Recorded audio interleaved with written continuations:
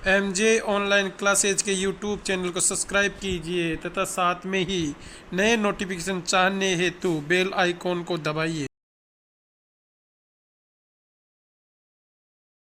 Hello my dear students, उसी topic को अपन आगे लेते हुए सामने दिख रहा है अगला पॉइंट जो अपन पढ़ेंगे वो है गुणनखंडों का योग ज्ञात करना। बड़ा आराम आराम से रीड करना है और आराम आराम से समझना है, ठीक है। पहला जो पॉइंट है अपने पास वो ये है कि सभी गुणनखंडों का योग ज्ञात करना। अब इस फॉर्मेट में अपने को क्या करना है, सामने आपको गिवन है पहला फॉर्मेट, पहले टुकड़े की जितनी पावर है उन सब का टोटल लेना है। लेकिन याद रखना पावर कहाँ से स्टार्ट करनी है, जीरो से। दूसरे टुकड़े का जितना पावर है वो सारा लेना है, बस याद रखना पावर कहाँ से, जीरो से स्टार्ट करनी है। तीसरे टुकड़े का जितना पावर है वो सभी लेना है, बस याद रखना है पावर अपने को कहाँ से स्टार्ट करनी है, जीरो से। सबका टोटल लेना है और तीनों को क्या करवाना है, मल्टीप्लाई करवाना। एग्जाम्पल से अपन समझ लेते हैं। 12 के गुणनखंडों का योग ज्ञात करो। 12 के सभी गुणनखंडों का योग ज्ञात करो। अब बेटा बेसिकली अपन इसको समझें तो ये तो भागविधि थी। 12 में 1 से डिवाइड होता है, 2 से डिवाइड होता है, 3 से, 4 से, 6 से और 12 से। ये तो बेसिक तरीका है। अब इनका योग ज्ञात करते हैं। ये सारे जो है वो 12 के गुणनखंड है। इनका टोटल 12, 6 18, 4 22 और 3 25, 2 27 और 1 28। तो इनका टोटल हुआ 28। लेकिन ये बेसिक तरीका है। नंबर छोटा है इसलिए अपन ने आसानी से काउंट कर लिया। अगर नंबर बड़ा होता तो अपन इसको ऐसे ना करते, इस विधि से ज्ञात करते। सबसे पहले अपने को 12 के फैक्टर बनाने हैं।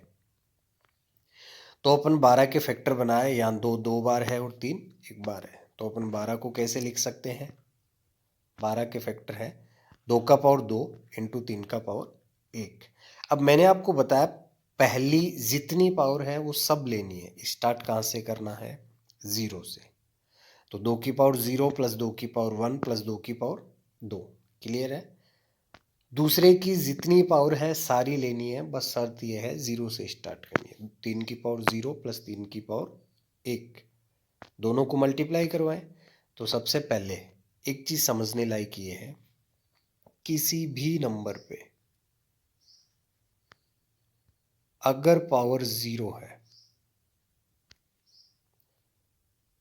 किसी भी नंबर पे अगर पावर कितना है, जीरो है, यहां समझने की कोशिश करो।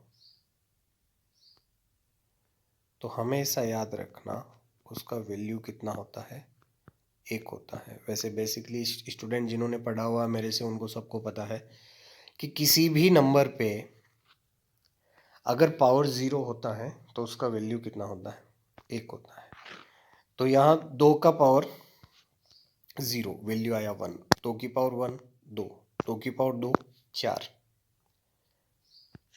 तीनों को टोटल किया, 4 और 2 6 और 1 7।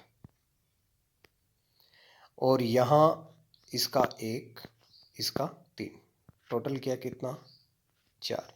तो 7 को 4 से मल्टीप्लाई करवाया, अपना वैल्यू आया 28। तो आंसर आया 28। क्लियर है। तो ये पॉइंट था सभी गुणनखंडों का योग ज्ञात करना, जितने भी टुकड़े हैं उनका योग ज्ञात करना।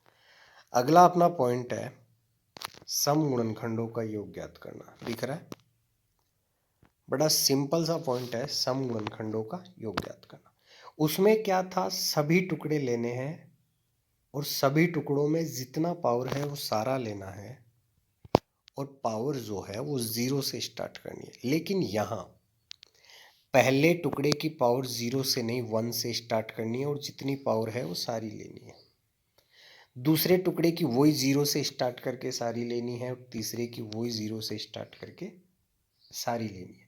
यहाँ सिर्फ एक ही चेंज है, वो ये है कि पहले टुकड़े की जो पावर है वो अपने को कहाँ से स्टार्ट करनी है बेटा, 1 से, और जितना पावर है वो अपने को सारा लेना है। एग्जाम्पल के हिसाब से अपन समझते हैं। जो 24 है कि सभी सम गुणनखंडों का योग ज्ञात करना। तो अपन भाग विधि से ज्ञात करते हैं। 24 को डिवाइड करना स्टार्ट किया तो 2 जो है वो अपने पास 3 टाइम है और 3 जो है वो एक बार है। तो अपन यहाँ 24 को लिख सकते हैं 2 का पावर 3 इंटू 3 का पावर 1। क्लियर है। अब मैंने आपको बताया कि पहला जो टुकड़ा है उसमें अपने को पावर 1 से स्टार्ट करना है। तो 2 की पावर 1, 2 की पावर 2 और 2 की पावर 3 और पूरी पावर लेनी है 3 तक। क्लियर है। अब जो दूसरा टुकड़ा है उसे वही 0 से स्टार्ट करना और जितनी पावर है वो लेनी है। तो 3 की पावर 0 और 3 की पावर 1 फिनिश, क्योंकि एक ही पावर है। अब अपन काउंटिंग स्टार्ट करते हैं। 2 की पावर 1 वैल्यू होता है 2, 2 की पावर 2 वैल्यू होता है 4, 2 की पावर 3 वैल्यू होता है 8। तो 8 और 4 12 और 2 14। क्लियर है।